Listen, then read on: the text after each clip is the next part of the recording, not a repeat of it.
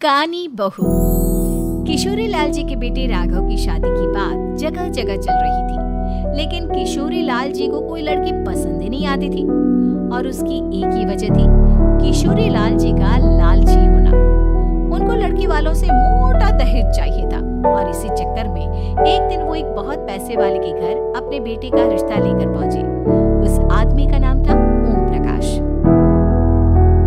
देखिए किशोरी लाल जी, मेरी एक ही बेटी है और मेरी सारी संपत्ति जायदाद सब कुछ मेरी बेटी नैना का ही है। पापा, नाम से लगता है बहुत खूबसूरत होगी। कितना अच्छा नाम है ना, नैना। ओ वैसे बात तो सही है आपकी। अब इतना पैसा है, जमीन जायदाद है, इकलौती बेटी, आप भी क्या करेंगे? सब कुछ उसे ही देंगे ना। बिल्कुल ठीक पहचाना आपने। बस बेटी की शादी और सारी जायदाद उसके नाम। पापा, बिना दे के हाँ कर दीजिए ना। इतना अच्छा रिश्ता फिर कहाँ मिलेगा? माला माल हो जाएंगे हम। मैं अपनी बेटी को बुलाता हूँ।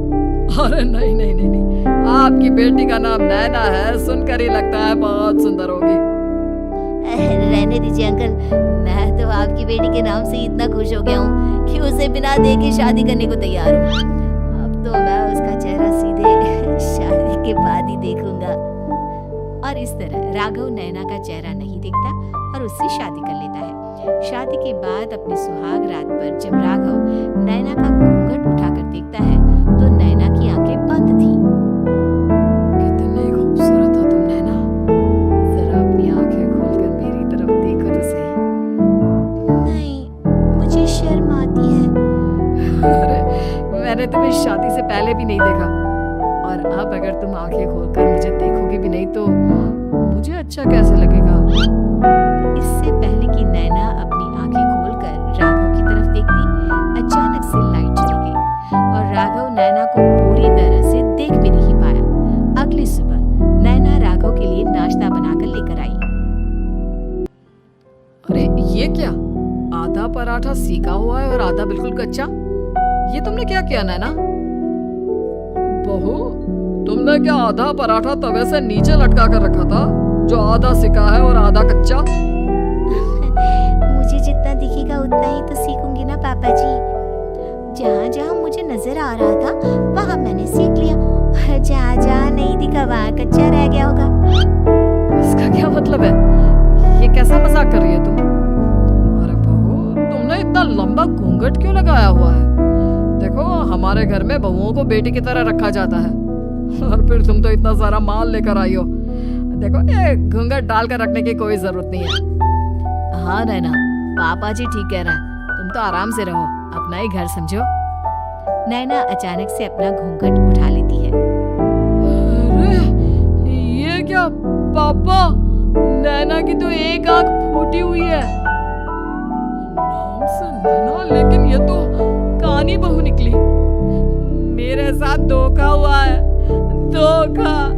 बिना दिखाए अपनी कानी लड़की मेरे संग ब्याह दी। मुझे कानी भी नहीं चाहिए। मुझे अभी ओम प्रकाश जी से बात करनी पड़ेगी।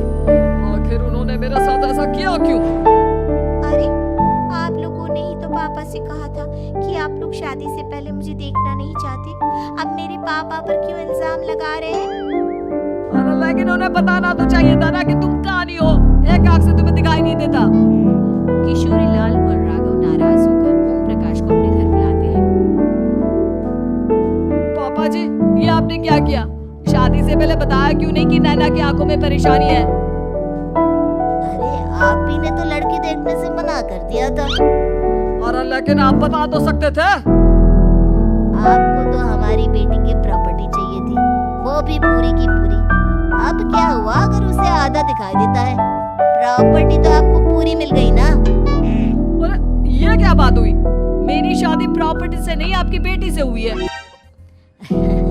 अब ये तो पहले सोचना चाहिए था। तब तो मेरी प्रॉपर्टी देखकर तुम्हारी जुबान लप लप आ रही थी। लेकिन मैं कानी लड़की को अपनी बीवी बनाकर नहीं रख सकता।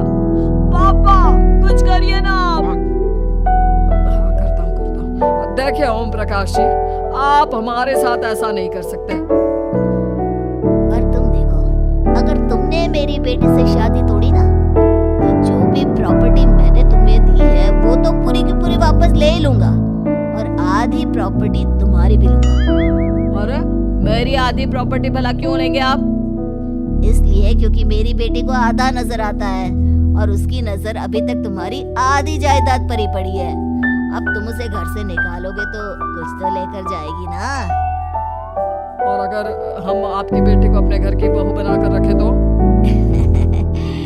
तुम्हारी पूरी प्रॉपर्टी तुम्हारी ही रहेगी और जो मैंने तुम्हें दिया है ना उसमें से बस मैं आधा लेकर जाऊंगा। अरे लेकिन अब आप अपनी दी हुई प्रॉपर्टी में से आधी वापस क्यों लेकर जाएंगे? अगर मैं आपकी बेटी को अपनी पत्नी बनाकर रखने को तैयार हूँ तो इसलिए ताकि भविष्य में अगर तुम मेरी बेटी को धोखा दो तो उसके पास कुछ तो रहे जो पति का हो। वैसे मेरे पास तो बहुत कुछ है लेकिन अपने पति की कोई निशानी तो उसके पास होनी चाहिए ना। अब अगर तुमने मेरी बेटी को कहानी कहा तो तुम्हें प्रॉपर्टी भी कहानी ही मिलेगी, पूरी नहीं। जमाए राजा।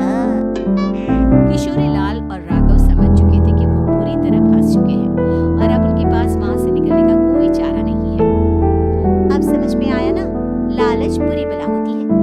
एक तो तुम्हें प्रॉपर्टी मिली, ऊपर से बीवी मिली, उसमें तुम्हें नखरे भी दिखाने हैं। आए बड़ी, चुपचाप बैठो दोनों। कुछ दिनों के बाद नैना राघव की कार लेकर बाजार घूमने निकलती है और जब कार लेकर वापस आती है, ये क्या? एक तरफ से मेरी गाड़ी पूरी खराब हो चुकी है। लगता है तुमने मेरी गाड़ी को किसी दूसरी गाड़ी के साथ एक्सीडेंट किया है। अरे कितना बड़ा नुकसान कर दिया तुमने बहू। वो क्या है ना पापा जी, मुझे एक आंख से दिखाई नहीं दे रहा था, सामने से गाड़ी आ रही थी। मुझे तो सिर्फ आधा ही दिखाई दिया और वो गाड़ी मेरी कार से रगड़ते हुए निकल गई। अब मैं क्या करूं बताओ? आप इसे ठीक कराने के पैसे कौन देगा? तुम्हारे पापा? तुमने मुझसे इस तरह से बात की? अभी रुको। नैना राघव की शिकायत ओम प्रकाश को कर देती है।